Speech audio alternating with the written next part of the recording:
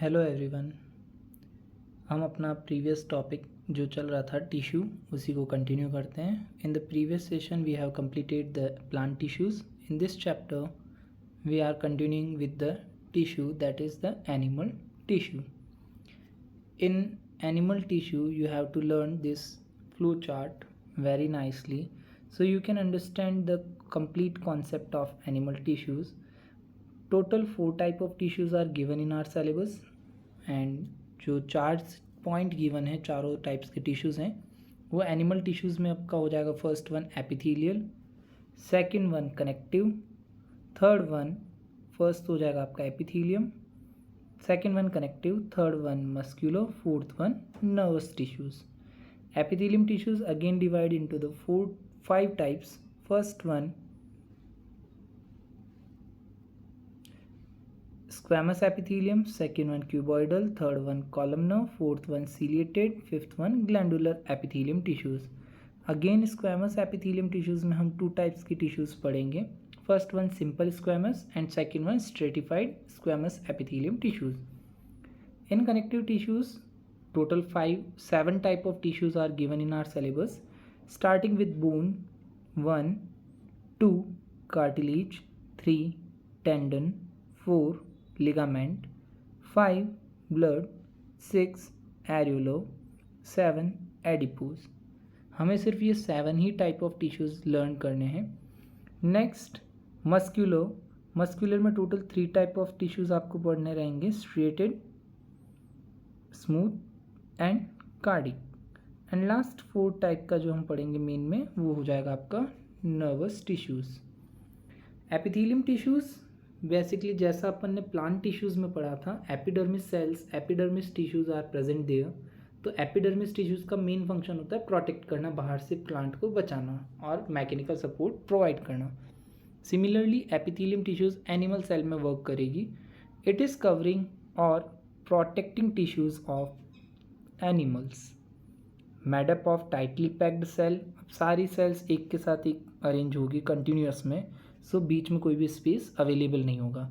So they are tightly packed cell which forms continuous layer with no intercellular space. कोई भी intercellular space यहाँ present नहीं रहेगा, similar to the epidermis tissues like in plant. Separated from underline tissues by fibrous basement membrane. एक tissue दूसरे tissue से separate रहेगा और दोनों के बीच में एक लेयर प्रेजेंट होगी फाइबर्स की, और वो फाइब्रस टिश्यूज़ क्या करेंगे, दोनों को अलग अलग सेपरेट करने में हेल्प करेंगे। Epithelium tissues basically present all the organs, all the cavities with in the body like the skin, lining of the mouth, lining of blood vessels, lung alveoli, kidney tubules, all are made up of epithelium tissues.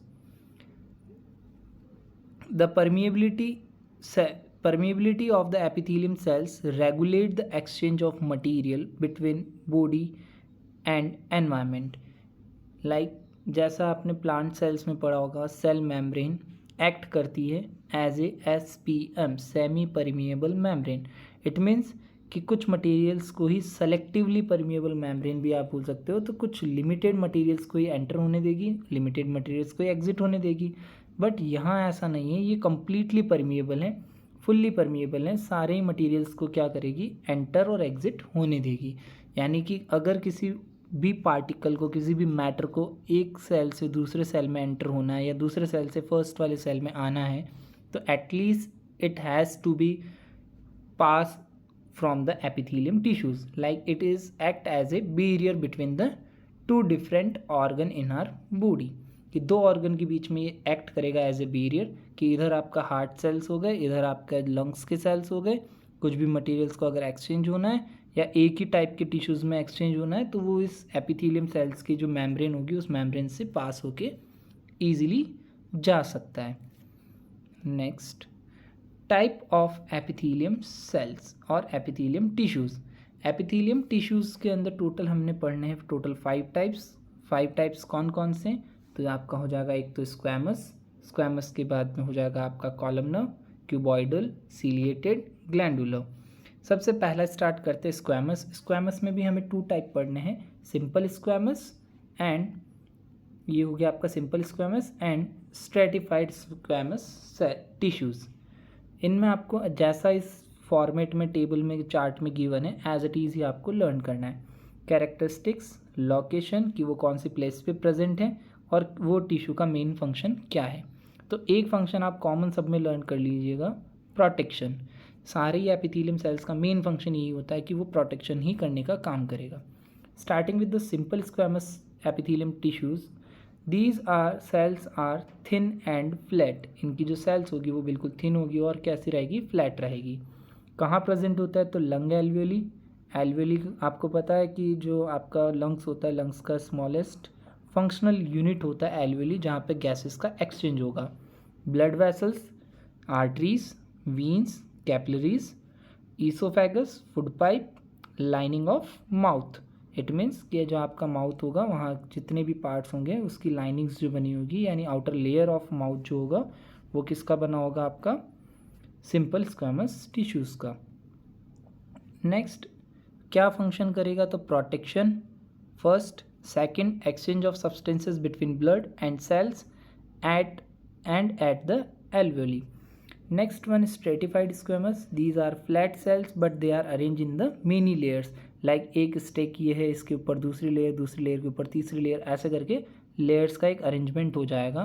तो इससे क्या होगा, thickness increase हो जाएगा। तो इसी को अपन बोलते हैं stratified squamous epithelium tissues.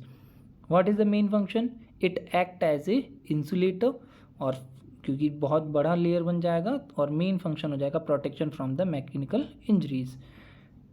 Next ये उनके डायग्राम्स हो जाएंगे। लाइक यहाँ पे ओनली एक सिंगल सेल्स ही प्रेजेंट है, single layer of epithelium tissues he present है। और अगेन इस साइड में देखोगे तो आप 1 लेयर ये प्रेजेंट है, 2, 3, 4 लेयर ऑफ, और भी ज़्यादा हो सकती है। तो ऐसे बहुत सारी लेयर्स प्रेजेंट होगी स्ट्रेटिफाइड स्क्वेमस में। नेक्स्ट आपका पॉइंट नंबर 2 आ जाएगा, कॉलमनर एपिथेलियम टिश्यूज़। नेम से क्लियर हो रहा है कॉलम, यानी कि जब अगर आज की डेट में जो आप मकान देखते हो, किसी का भी घर का कंस्ट्रक्शन चल रहा होता है, तो वो बीच में क्या करते हैं, कॉलम लगाते हैं, कॉलम खड़े करते हैं सीमेंट के, तो उनको अपन बोलते हैं पिलर। और उनका जो न्यूक्लियस होगा कॉलमनर टिश्यूज़ का, वो कहाँ रहेगा, उसके बेस में रहेगा, बिल्कुल बॉटम पे रहेगा। Tall pillar like cells, nucleus present at the base. कहाँ प्रेजेंट होगा लोकेशन, तो inner lining of intestine. Intestine के अंदर आप देखोगे कि छोटे छोटे से क्या प्रेजेंट होते हैं, विलाइस प्रेजेंट होते हैं, हेयर लाइक स्ट्रक्चर्स प्रेजेंट होते हैं।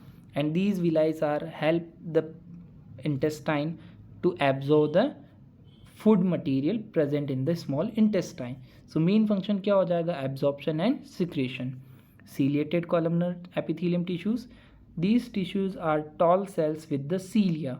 सीलिया क्या होता है, तो स्मॉल हेयर लाइक स्ट्रक्चर्स होते हैं जिसको हम सीलिया बोलते हैं। और सीलिया का मेन फंक्शन क्या होगा, तो सीलिया कंटिन्यूसली मूवमेंट करने में हेल्प करता है। सीलिया आपको किस में हेल्प करेगा, तो कंटिन्यूसली मूव करने में हेल्प करेगा। कहाँ प्रेजेंट होगा, रेस्पिरेटरी ट्रैक्ट में प्रेजेंट होगा, आपके विंड पाइप में प्रेजेंट होगा, आपको ट्रीकिया में प्रेजेंट होगा। ये क्या काम करेगा, तो pushes the mucus forward to clear the respiratory tract. जब आपको कोल्ड हो जाता है, जुकाम हो जाता है, तो अंदर आपके कफ बनता है, तो आप देखते हो कि वो कफ आपके नोज़ के थ्रू आपके जो है बाहर निकलता है। तो वो उस पाइप में से बाहर कैसे आता है, ऊपर की तरफ पुश किसकी हेल्प से होता है, तो due to the presence of ciliated columnar epithelium tissues. 4th type आ जाएगा आपका क्यूबॉइडल एपिथेलियम टिश्यूज़। अब जैसे नेम से क्लियर हो रहा है क्यूबॉइडल, तो इनका कैरेक्टरिस्टिक्स भी कैसा हो जाएगा, ये क्यूब लाइक सेल्स होगी और इनका न्यूक्लियस सेंटर में प्रेजेंट होगा। क्यूबॉइडल कहाँ प्रेजेंट होगा, तो kidney tubules and salivary glands, इन दोनों के प्लेस पे वहाँ पे क्या प्रेजेंट होगा, cuboidal epithelium tissues. What is the main function, its main function is to provide the mechanical support. Mechanical support provide करने का काम हो जाएगा किसका, आपका, तो हो जाएगा आपका क्यूबॉइडल एपिथेलियम टिश्यूज़ का। Next glandular epithelium tissues. Epithelial cells fold inwards and form the multicellular gland, acquire the additional specialization as a gland. जैसे जनरली ग्लैंड का काम क्या होता है, तो किसी भी और हार्मोन का, किसी भी एंजाइम का सिक्रेशन करने का काम होता है। सिमिलरली कुछ एपिथेलियम सेल्स क्या होते हैं, तो वो एक स्पेशल फंक्शन करने के लिए अपने आप के स्ट्रक्चर को इनवर्ड अंदर की साइड फोल्ड करके एक मल्टी सेलुलर ग्लैंड बना लेंगे और ये सेम एज ए ग्लैंड जो वर्क करती है वैसा ही काम करेंगे। कहाँ प्रेजेंट होते तो गॉबलेट सेल्स और present glandular cells are present in the mucus membrane और इनका मेन फंक्शन क्या हो जाएगा तो सिक्रेशन का मेन फंक्शन हो जाएगा। लुक एट द डायग्राम, आपको डायग्राम्स भी बनाने होंगे अगर एग्जाम में एक्स्ट्रा क्वेश्चंस के फॉर्म में आते हैं तो। ये हो गया आपका क्यूबॉइडल कॉलमनर सेल्स जिसमें आपको कॉलम जैसे स्ट्रक्चर दिख रहा है और उनका ब्लू कलर का आपको न्यूक्लियस उसके बेसमेंट में दिख रहा है। सीलिएटेड कॉलमनर टिश्यूज़ यह हो जाएंगे और ये क्यूबॉइडल यहाँ लिखा हुआ है, ये नहीं होगा, क्यूबॉइडल इधर आएगा। ये है आपका क्यूबॉइडल और यहाँ आप स्ट्रक्चर देख रहे हो, इनका क्यूब जैसा स्ट्रक्चर हो जाएगा। Next starting with the connective tissues. अब इनको कनेक्टिव टिश्यूज़ क्यों कहते हैं तो सिंपल सा है कि ये एक ही ऑर्गन में बहुत सारे पार्ट्स को क्या करते हैं, कनेक्ट करते हैं। कनेक्ट करने का इन द सेंस कि एक पार्ट से दूसरे पार्ट पे उसी मटेरियल्स को या जो है सब्सटेंसेस को ट्रांसफ़र करने का काम करते हैं। एपिथेलियम सेल्स आपका कंप्लीट हो गया, एपिथेलियल टिश्यूज़ कंप्लीट हो गया। एपिथेलियल टिश्यूज़ का मेन फंक्शन हो जाता है प्रोटेक्शन और क्या करेगा, it prevent from the harmful chemicals, regulating exchange of material, absorption and diffusion of the gases, elimination of the waste product from the body. Next one is the connective tissues. These cells of connective tissues are loosely spaced, यानी कि जो इनके particles होंगे या जो sales होगी वो कैसे अरेंज होगी, लूजली अरेंज होगी। Embedded in A intercellular matrix, एक इंटरसेलुलर सेल के अंदर जो मैट्रिक्स होगा उसी के अंदर ये प्रेजेंट होंगे। द मैट्रिक्स में be jelly like, fluid, dense और रिजिड, कैसा भी उसका मैट्रिक्स हो सकता है, या तो जेली लाइक हो सकता है, फ्लूइड हो सकता है, डेंस हो सकता है, रिजिड हो सकता है। वो डिपेंड करता है function of the particular type of connective tissues. जो भी वो फंक्शन टिश्यू करेगा उस टिश्यूज़ के फंक्शन पे डिपेंड करता है कि वो उसके जो फ्लूइड होगा या मैट्रिक्स होगा वो कैसा होगा। First starting with the blood. Blood has a fluid matrix. आपको अब इसमें से ये लर्न करना है कि उसका मैट्रिक्स कैसा होता है, उस मैट्रिक्स के अंदर क्या क्या मटेरियल प्रेजेंट होता है, या फिर उस मैट्रिक्स के और भी कोई स्पेसिफिकली कैरेक्टर्स होते हैं तो आपको वो लर्न करना है और वो टिश्यू आपको क्या हेल्प करेगा। तो स्टार्ट करते हैं ब्लड से। Blood has a fluid matrix called plasma. Blood के पास जो मैट्रिक्स होगा वो कैसा होगा, फ्लूइड होगा, और उस फ्लूइड को अपन क्या बोलेंगे, प्लाज्मा। प्लाज्मा का कलर कैसा होता है तो कलर लर्न कर लेना, अगर एग्जाम में एक्स्ट्रा में पूछ ले तो colour of the plasma is pale yellow colour. Sir only yellow ही लिख देते हैं, पैल येलो क्यों लिखते हैं, बेबी पिंक, पिंक, इतना सारा पिंक होता है, तो वैसे ही एक इसका शेड हो जाएगा pale yellow colour. Plasma contains protein, salts, hormones. Plasma में क्या क्या प्रेजेंट होगा, प्रोटीन होगा, सॉल्ट होगा, हार्मोन्स प्रेजेंट होंगे, और क्या होगा तो प्लाज्मा में इनके अलावा और कुछ टाइप्स की सेल्स प्रेजेंट होती है जिनको अपन बोलते हैं RBC, red blood corpus, red blood cells, WBC, white blood carpals, white blood cells, and platelets. अगर इनके कोई अनदर नेम पूछ लें तो सिंपल सा याद रख लेना, आरबीसी का तो अनदर नेम हो जाएगा आपका एरिथ्रोसाइट, WBC का हो जाएगा ल्यूकोसाइट, प्लेटलेट्स का हो जाएगा आपका थ्रोम्बोसाइट। अगेन मैं रिपीट कर देता हूँ, आरबीसी का हो जाएगा आपका एरिथ्रोसाइट, WBC का हो जाएगा ल्यूकोसाइट, प्लेटलेट्स का हो जाएगा आपका थ्रोम्बोसाइट। अब लास्ट ईयर या उससे भी पहले कभी देखा होगा कि कुछ प्रीवियस ईयर के आप पेपर सॉल्व करोगे तो प्रीवियस ईयर के पेपर में या कहीं पे आपसे पूछ लेता है what is the function of the cells present in the blood. Blood में जो सेल्स प्रेजेंट होती है उनका मेन फंक्शन क्या होता है, क्या काम करती है, तो आरबीसी का मेन फंक्शन क्या हो जाएगा, ट्रांसपोर्टेशन ऑफ सब्सटेंसेस एक प्लेस से दूसरे प्लेस पे जो भी आपके बॉडी में मटेरियल होंगे उनको ट्रांसपोर्ट करने का काम किसका है, आरबीसी का। क्या क्या ट्रांसपोर्ट करते हैं तो ये ट्रांसपोर्ट करते हैं gases like oxygen and carbon dioxide, आपकी बॉडी में वाटर, आपकी बॉडी में एनर्जी ट्रांसपोर्ट, एनर्जी जो एटीपी के फॉर्म में प्रेजेंट होती है उस एटीपी को ट्रांसपोर्ट करने का काम भी किसका होगा, आपका ब्लड के थ्रू। जो भी फूड मटेरियल्स में जितने भी न्यूट्रिएंट्स अवेलेबल होते हैं उनको भी आपकी बॉडी के अंदर ट्रांसपोर्ट करने का काम किसका है, आरबीसी का। कैसे, तो आरबीसी सबसे पहले गैसेस की बात कर लेते हैं। तो जैसे आप एटमॉस्फेयर से गैसेस को इनहेल करते हैं, इनहेलेशन के बाद में ऑक्सीजन पहुंच जाता है आपके लंग्स में वहाँ से एल्वेली हो गया, एल्वेली के ऊपर कैपिलरीज होगी, कैपिलरीज के थ्रू वो कहाँ पहुंच जाएगा, आपकी ब्लड वेसल्स में। ब्लड वेसल्स में ऑलरेडी आपका जो होता है हीमोग्लोबिन प्रेजेंट होगा ब्लड के अंदर। हीमोग्लोबिन ऑक्सीजन के साथ बाइंड हो जाएगा, इसको बांध लेगा अपने साथ, बॉन्ड बना लेगा और बना देगा नया कंपाउंड ऑक्सी हीमोग्लोबिन। ये ऑक्सी हीमोग्लोबिन कहाँ पहुँच जाएगा? तो ये ऑक्सी हीमोग्लोबिन आपका पहुँचेगा आपकी बॉडी में जितनी भी सेल्स होती है वहाँ पहुँचेगा। ऑक्सी हीमोग्लोबिन बन गया, ऑक्सी हीमोग्लोबिन आपका पहुँच गया ईच एंड एवरी सेल्स में।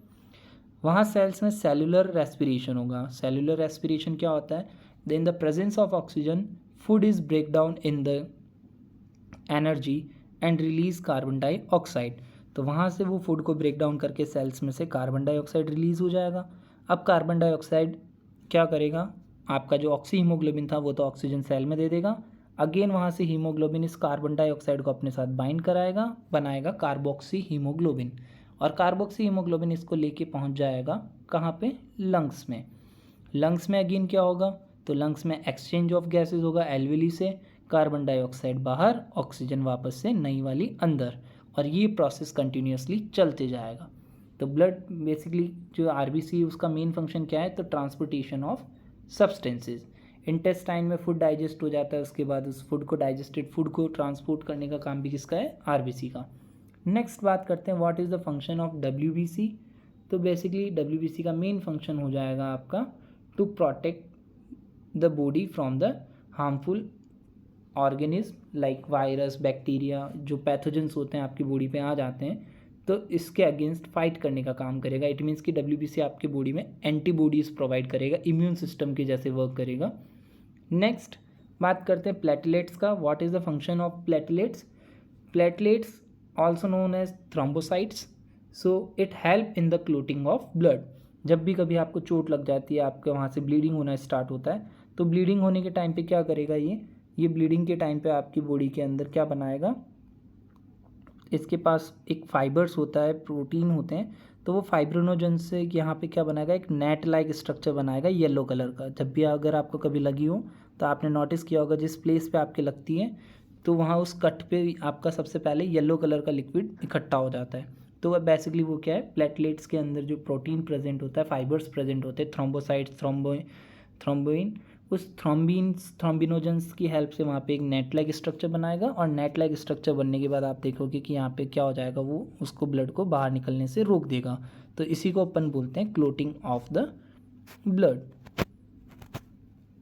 नेक्स्ट प्लाज्म, ये हो गया आपका तीनों का फंक्शन अच्छे से लर्न कर लेना है आपको। तीनों का फंक्शन अच्छे से लर्न करने के बाद में next blood transport material to different parts of the body, ये तो मेन आपका आरबीसी का हो जाएगा। इसके बाद आपको अलग से थोड़ा सा याद रखना है टाइप्स ऑफ डब्ल्यूबीसी। डब्ल्यूबीसी के टाइप लर्न करने, तो टोटल 2 टाइप की डब्ल्यूबीसी होती है। एक तो होता है ग्रैन्युलोसाइट, एक होता है आपका अग्रैन्युलोसाइट। कौन कौन से 2 टाइप्स हो गए? ग्रैन्युलोसाइट्स और अग्रैन्युलोसाइट। मैं आपको बाद में इसका डायग्राम बता दूंगा, आप गूगल पे भी सर्च करोगे तो मिल जाएगा। ग्रैन्युलोसाइट्स में टोटल 3 टाइप्स की सेल्स होती है, आपकी बुक में बना हुआ है वैसे, जो आपकी एनसीईआरटी वाली बुक है उसमें आपको उसका डायग्राम मिल जाएगा। ग्रैन्युलोसाइट होती है टोटल 3 टाइप की, न्यूट्रोफिल, बेसोफिल, इयोसिनोफिल, और अग्रैन्युलोसाइट होती है टोटल 2 टाइप की, जिसमें आपका हो जाएगा एक तो लिम्फोसाइट, एक हो जाएगा मोनोसाइट। तो टोटली 5 टाइप्स ऑफ डब्ल्यूबीसीज प्रेजेंट होती है अपनी बॉडी में। तो ये आप थोड़ा सा अच्छे से लर्न कर लेना। ग्रैन्युलोसाइट, अग्रैन्युलोसाइट, ग्रैन्युलोसाइट्स की टोटल 3 टाइप्स की, नियोफिल, न्यूट्रोफिल, इयोसिनोफिल एंड बेसोफिल, और अग्रैन्युलोसाइट्स में टोटल 2 हो जाएगी, ल्यूकोसाइट एंड मोनोसाइट। आपकी बुक में डायग्राम बना हुआ, आपको परेशान होने की ज़रूरत नहीं है, एक बार आप उस डायग्राम को देखोगे तो आपको ईजिली लर्न भी हो जाएगा। Next type that is called bone. Bone is also act as a connective tissues. इसमें भी आपको मैट्रिक्स लर्न करना है। तो इसका मैट्रिक्स कैसा होता है? हार्ड होता है। Bones is strong and non flexible tissue. ये नॉन फ्लेक्सिबल होते हैं। It is made up of the salts of calcium and phosphorus. Calcium and phosphorus का जो सॉल्ट बनेगा, जिसको आप बोलोगे कैल्शियम फॉस्फेट, उसकी बनी होती है। मैट्रिक्स कंटेन्स बोन सेल्स और द ऑस्टियोसाइट्स। बोन की जो सेल होगी उनको अपन बोलेंगे ऑस्टियोसाइट्स। और एक डिसऑर्डर, एक डिजीज़ का नेम आपने सुना होगा, डिसऑर्डर का नेम, जिसको बोलते हैं ऑस्टियोपोरोसिस। उसमें क्या होता है, जनरली जब भी कोई पर्सन इस डिसऑर्डर से सफ़र कर रहा होता है, नॉर्मल सा थोड़ा सा भी गिरने पे उसकी बोन्स क्या हो जाती है? ब्रेक हो जाती है, फ्रैक्चर हो जाता है बोन्स में। तो उसको बोलते हैं osteoporosis. Bone forms skeletal that support body and anchor the muscles. Next आ जाते हैं अपन लिगामेंट्स एंड टेंडन। दोनों में आपको डिफ्रेंशिएट भी लर्न करना है, what is the difference between ligament and the tendon. तो एक ऑस्ट्रेलिया में लीग होती है क्रिकेट की जिसको अपन बोलते हैं बिग बैश लीग, BBL, जैसे अपने यहाँ पे IPL होता है इंडिया में, सिमिलरली बिग बैश लीग होती है। तो B for bone, B for bone, L for ligament, यानी बोन टू बोन कनेक्ट करने का काम किसका होता है? लिगामेंट का। एक होता है आपका बोन टू मसल्स कनेक्ट करने का काम, और वो काम किसका होता है? तो आपका टेंडन्स का होता है। तो अगर आप एक चीज़ लर्न कर लोगे तो दूसरी अपने आप आपको लर्न हो जाएगी, क्योंकि कन्फ्यूजन होता है कि बोन टू बोन को कनेक्ट कौन करता है, बोन टू मसल्स को कौन कनेक्ट करता है, और एग्जामिनेशन हॉल के अंदर आपका सारा जो है फ्यूज उड़ जाते हैं। तो सिंपल सा, एक जैसे IPL होता है वैसे BBL होता है, बिग बैश लीग होता है, और उस बिग बैश लीग से आपको सीधा सा लर्न हो जाएगा बोन टू बोन कनेक्ट करने का काम किसका है? लिगामेंट का, और आपका आंसर कभी भी गलत नहीं होगा। Ligament is very elastic. It means कि it is the flexible, having the little matrix. Ligament connect bone to bone. Ligament का काम हो गया bone to bone connect करने का। और भी होता है ligament having the considerable strength. उसकी जो strength होगी वो considerable होगी, यानी कि limited strength ही होती है। टेंडन्स में आ जाते हैं। Tendons are fibrous tissues, less flexibility, जहाँ तो हो जाएगा लिगामेंट फुल्ली फ्लेक्सिबल होते हैं, इलास्टिकेबल होते हैं। यहाँ पे लिमिटेड फ्लेक्सिबिलिटी हो जाएगा बट ग्रेट स्ट्रेंथ, और ये क्या हो जाएंगे? Limited strength. यहाँ स्ट्रेंथ जो रहेगी वो कंसिडरेबल, लिमिटेड ही रहेगी। Tendons connect muscles to bones. Next आ जाते हैं cartilage. Matrix of the cartilage is made up of the solid material that is sugar and protein. इसका मैट्रिक्स आपको याद रखना है, शुगर एंड प्रोटीन। कभी कभी MCQ में अगर क्वेश्चन बनता है और शुगर एंड प्रोटीन के प्लेस पे आपको एक दूसरा वर्ड देखने को मिल सकता है जिसको अपन बोलते हैं chondrin.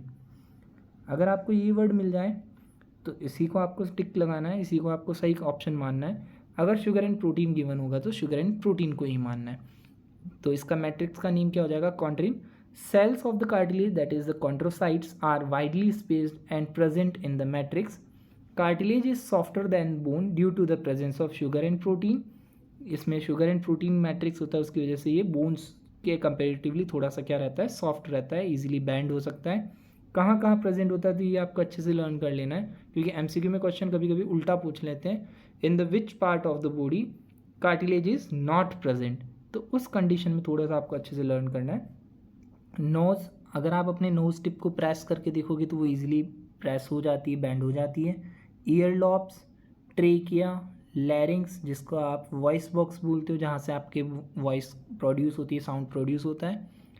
And smoothens the bone surface at joint, जहाँ जहाँ आपकी बॉडी में जॉइंट्स प्रेजेंट होंगे वहाँ वहाँ पे जहाँ पे कार्टिलेज प्रेजेंट होगा, और वो इसको ईजिली मूवमेंट करने में हेल्प करेगा। नेक्स्ट वन पे आ जाते हैं अपन areolar tissues. Areolar tissues are also consider as the connective tissues that is found between the skin and muscles. जहाँ जहाँ पे आपकी स्किन और मसल्स हैं उन दोनों के बीच में प्रेजेंट क्या होगा? Areolar tissues. और कहाँ प्रेजेंट होते हैं सर स्किन एंड मसल्स के अलावा? तो ये प्रेजेंट होते हैं आपके ब्लड वेसल्स के चारों तरफ, नर्व्स के चारों तरफ, बोन मैरो के अंदर। बोन मैरो क्या होता है? तो बोन मैरो का आप अच्छे से थोड़ा सा लर्न कर लेना। Bone marrow is the place और the organ from RBCs are produced. Red blood cells का ओरिजिन सेंटर होता है आपका बोन मैरो, वहीं से आपका RBCs बॉडी में बनता है। मैं इसको यहाँ से हटा देता हूँ, नहीं तो आप इसको इसके साथ ही लर्न कर लोगे। Yes, next again come to the topic. Matrix is semi fluid that is having the different type of cells or the fibers hold the organ in place and provide support to them, और organs को एक place से दूसरे place पे हिलने से बचाएगा ये। found between the skin and muscles, around the blood vessels, nerves and in bone marrow, and main function of the areolar tissues are it help in the repair of tissues। कोई भी जो डैमेजेबल tissues हैं उनको repair करने में भी काम करेगा। सपोर्ट इंटरनल ऑर्गन, आपके इंटरनल ऑर्गन्स को भी जो है सपोर्ट करेगा। और it फिल्स the space inside the organ, आपकी बॉडी में जहाँ पे भी कोई भी स्पेस होगा उस स्पेस में एरियोलर टिश्यूज़ फिट हो जाएंगे, और उससे वो क्या होगा? उस ऑर्गन्स को सपोर्ट भी प्रोवाइड करेंगे। Last 7 type of connective tissues that is adipose tissues. It contains fat cells called adipocyte. Cells are filled with the flat globules found below the skin and between the internal organs and It store fat and also act as an insulator. The cells of these tissues are filled with the flat globules. इनकी जो cells होगी उनको अपन बोलेंगे flat globule cells, जिसके अंदर fat droplets वगैरह present होंगे. और ये डायग्राम आप एक बार प्रैक्टिस कर लेना. डायग्राम वैसे ज़्यादा इंपॉर्टेंट जो है वो आपके different type of epithelium tissues के ज़्यादा इंपॉर्टेंट है और प्लांट टिश्यूज़ के ज़्यादा इंपॉर्टेंट है. इसके बाद अपना नया टॉपिक स्टार्ट हो जाएगा मस्कुलर टिश्यूज़. यहाँ आपको टोटल 3 टाइप ऑफ मसल्स पढ़ना है. Cardiac muscles, smooth muscles, skeletal muscles. इनके डायग्राम भी आपको इम्पॉर्टेंटली लर्न करने हैं. मस्कुलर टिश्यूज़ नेम से क्लियर हो रहा है कि ये कहाँ प्रेजेंट होंगे, तो मसल्स के अंदर प्रेजेंट होंगे. It consist of elongated muscle cells called muscle fibre. और इनके अंदर जो फाइबर होगा उसको अपन मसल फाइबर बोलेंगे. Muscle contains contractile protein. ये आपको अच्छे से लर्न करना है कि मसल्स के अंदर कौन सा प्रोटीन प्रेजेंट होता है, तो कॉन्ट्रेक्टाइल प्रोटीन प्रेजेंट होता है. कॉन्ट्रेक्टाइल प्रोटीन क्या प्रोवाइड करेगा, तो आपको मसल्स को कॉन्ट्रैक्ट करने में हेल्प करेगा, आपकी बॉडी में को रिलैक्स करने में हेल्प करेगा. These tissues help in movement of the body. जब भी आप मूव करते हो तो आपकी बॉडी की सारी मसल्स वर्क करती है बोन्स के साथ. उसी की वजह से हम एक प्लेस से दूसरे प्लेस पे इजीली मूव कर सकते हैं. स्ट्रेटेड स्केलेटल मसल्स और स्केलेटल टिश्यूज़, इनको आपको एज इट इज़ ही लर्न करना है. टोटल 3 पॉइंट मैंने बना के रखे हुए हैं. Structure, location and function. आपको लर्न भी ऐसा ही करना है कि इनका स्ट्रक्चर कैसा होता है, दिखने में कैसी है, लोकेशन कहाँ प्रेजेंट है, फंक्शन क्या काम करती है. तो स्ट्रेटेड से स्टार्ट करते हैं. Striated muscles are having long cylindrical unbranch multinucleated muscle cells with alternate light and dark band और स्ट्रिएशन. अगर आप डायग्राम में भी अच्छे से देखोगे तो यहाँ पे आपको डार्क कलर दिख रहा है, अगेन लाइट हो जाएगा, अगेन डार्क, अगेन लाइट. तो ब्लैक एंड वाइट हम जब डायग्राम बनाते हैं उसमें कलर बनाना पॉसिबल नहीं है, तो हमने एक बार तो है अलग लाइन बनाई, एक बार हमने डॉट डॉट करके बनाया, फिर लाइन बनाई, फिर डॉट डॉट करके बनाया. तो इस तरह से आप इसका स्ट्रक्चर ड्रॉ करेंगे. फंक्शन क्या हो जाएगा, present in the limbs. Basically कहाँ लोकेटेड होती है, आपके लिम्स में. इट मीन्स के हैंड एंड लेग्स में प्रेजेंट होती है. Mostly attach to the bones, so these are known as skeletal muscles. Bones के साथ कनेक्ट होती है मसल्स, तो इनको अपन बोलते हैं स्केलेटल मसल. क्या काम करेगी, तो help in the body movement. They moves as per our will. मतलब जैसा आप चाहते हो तभी हाथ आपका काम करेगा. आपका हाथ अगर आप लेफ़्ट ले जाना चाहते हो ये अपने आप राइट नहीं जाएगा. इट मीन्स कि ये आपकी इच्छा के अनुसार काम करता है, आपकी विल के अकॉर्डिंग वर्क करता है. जिसको अपन इच्छिक मसल्स बोल सकते हैं, इच्छा के अनुसार काम करने वाली मसल्स. उसको हम इंग्लिश में टर्म गिवन होता है वॉलेंट्री मसल्स. द मसल्स और the organ by which you can control by your own will, that is known as voluntary muscles और वॉलेंट्री ऑर्गन. नेक्स्ट पे आ जाते हैं स्मूथ और अनस्ट्रेटेड मसल्स. स्ट्रक्चर कैसा होगा, लॉन्ग स्पिंडल. स्पिंडल शेप ये आपको ये डायग्राम में क्लियरली विजिबल हो जाएगा. इस तरह के डायग्राम्स को, इस तरह के स्ट्रक्चर को अपन बोलते हैं स्पिंडल शेप्ड. यूनिन्यूक्लियोइड मतलब इसके पास ओनली एक सेल के अंदर एक ही न्यूक्लियस होगा. हैविंग नो स्ट्रिएशन, जैसा अभी आपने प्रीवियस स्लाइड्स पे देखा होगा कि यहाँ पे एक डार्क कलर है, एक लाइट है, फिर डार्क है, फिर लाइट है.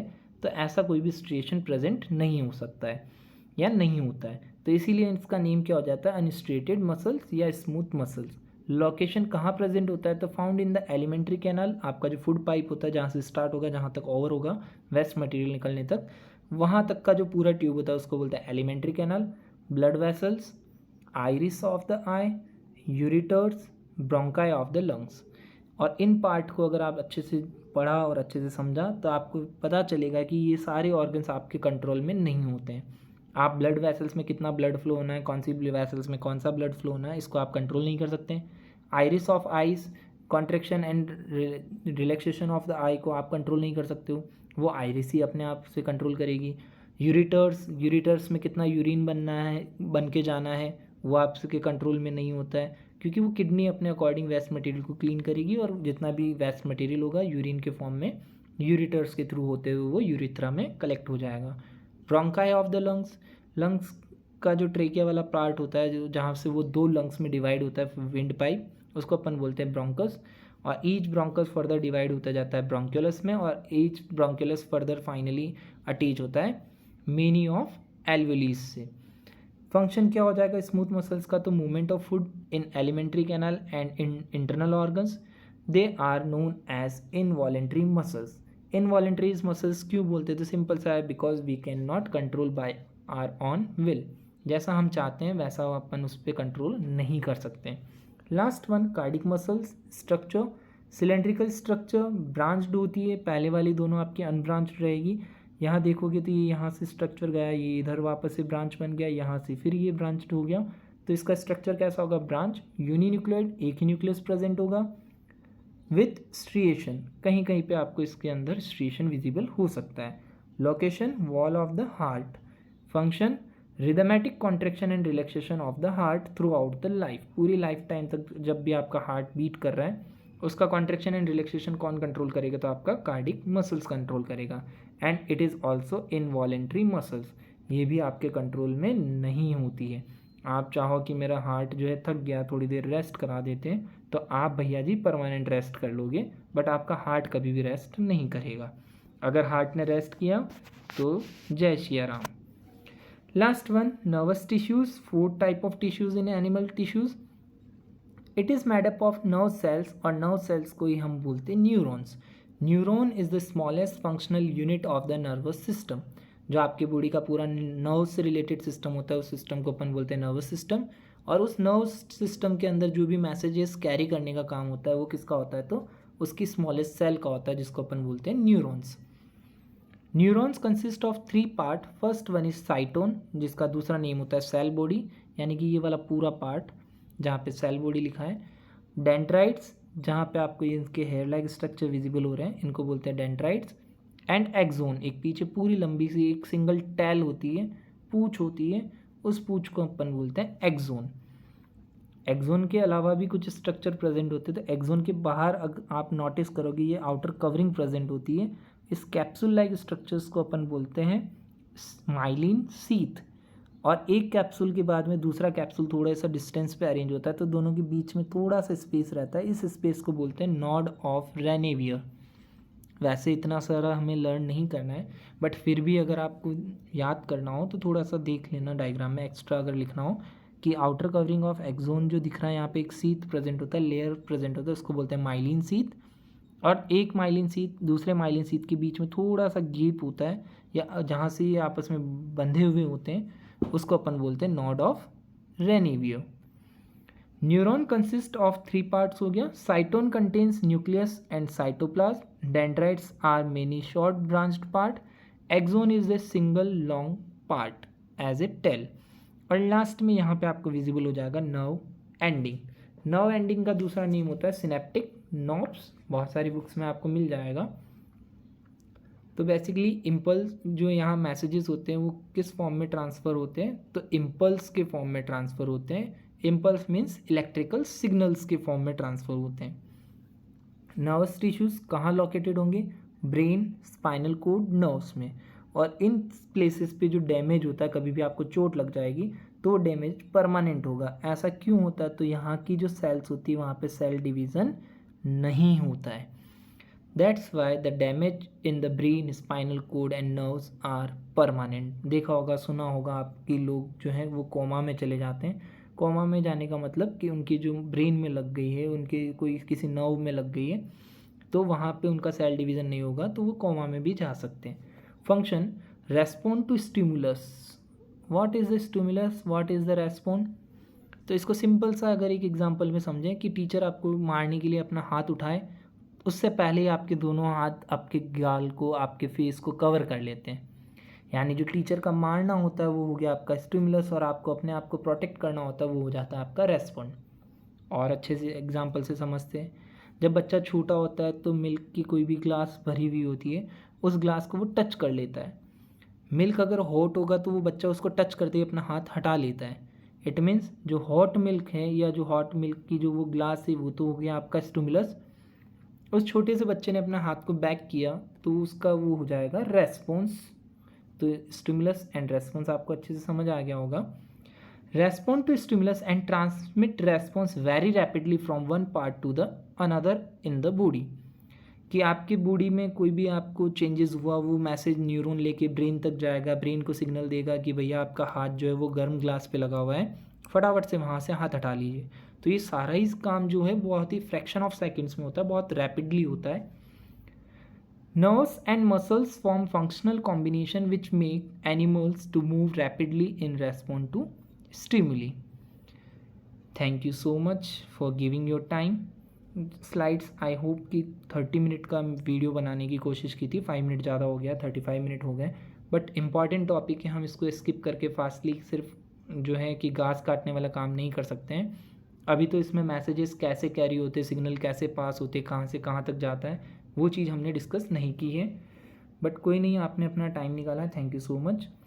जाते जाते वीडियो को लाइक कर लीजिएगा, इस वीडियो को आप अपने फ्रेंड्स के साथ शेयर कर दीजिएगा ताकि वो भी आपके इस वीडियो को देख सकें, और फाइनली सब्सक्राइब भी करना ही है, ताकि जितना आप सब्सक्राइब करोगे उतना ही मुझे पुश मिलेगा, उतना ही मुझे मोटिवेशन मिलेगा, और आगे से आगे मैं आपके लिए हेल्प करता रहूँगा।